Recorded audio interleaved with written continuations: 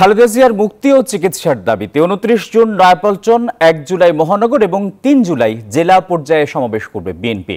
বুধবার নয়াপল্টনের সংবাদ সম্মেলনে এই কর্মসূচি ঘোষণা করেন বিএনপি মহাসচিব মির্জা ফখরুল ইসলাম আলমগীর। বিএনপি মহাসচিব বলেন, খালেদা জিয়া গুরুতর অসুস্থ, যে কোনো সময়ে জীবনহানি হতে পারে। দেশের স্বাধীনতা, সার্বভৌমত্ব এবং গণতন্ত্রের জন্য কখনো আপোষ করেননি তিনি। খালেদা জিয়ার মুক্তি আন্দোলন আরও বেগবান করা হবে। এই সময় দেশবাসীকে আন্দোলনে যুক্ত হওয়ার আহ্বান জানান বিএনপি মহাসচিব। এই আন্দোলন চূড়ান্ত পর্যায়ে নিয়ে যেতে চায় বিএনপি। আমরা এই মুক্তির আন্দোলনকে একটা চূড়ান্ত পর্যায়ে নিয়ে যেতে চাই। সেই লক্ষ্যে আমাদের আজকে যে যৌথ সভা হয়েছে, সেই যৌথ সভায় আমরা কয়েকটি সিদ্ধান্ত নিয়েছি।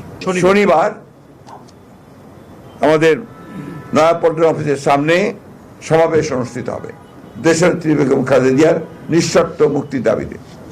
এটা হচ্ছে আপনার ২৯শে জুন, ১ জুলাই মহানগরগুলোতে এই সমাবেশ, দেশনেত্রী মুক্তির দাবিতে সমাবেশ অনুষ্ঠিত হবে। এরপরে হচ্ছে ৩ তারিখে সারা দেশের জেলা সদরগুলোতে তার মুক্তির দাবিতে সমাবেশ অনুষ্ঠিত হবে।